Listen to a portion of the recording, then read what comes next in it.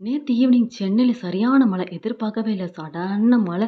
நல்லா அத பார்த்து என்ஜாய் பண்ணிட்டு, சிலு சிலுன்னு இருந்துச்சு வெளிய. கொஞ்ச நேரம் வெளிய உட்காந்துட்டு, நைட்டுக்கு சப்பாத்தி தான் போட வந்தேன். நம்ம சுட்ட சப்பாத்தி அப்படியே புசு புசு புசுன்னு பூரி மாரி வந்துச்சா, "எட்றா அந்த ஃபோன, போட்றா வீடியோவ நம்ம சப்ஸ்கிரைபர்ஸ்க்கு" அப்படின்னு சொல்லிட்டு வீடியோ தான் எடுக்க ஆரம்பிச்சுட்டேன்.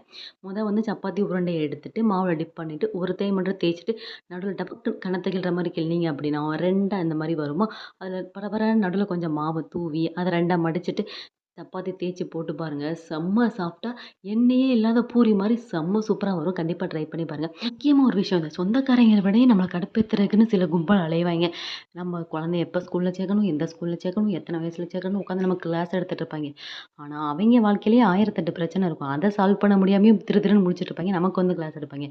ஏன்டா பெத்த எனக்கு தெரியாதாடா என் குழந்தைய எந்த வயசுல எந்த ஸ்கூல்ல சேர்க்கணும்னு சொல்லிட்டு, அதெல்லாம் நாங்க பார்த்துக்குறோம். உங்க குடும்ப பிரச்சனைய நீங்க பார்த்து சரி பண்ணுங்கடா. அதுக்கப்புறம் வந்து எனக்கெல்லாம் அட்வைஸ் பண்ணுங்க. போங்கடா போங்க கடுப்பேத்தாம.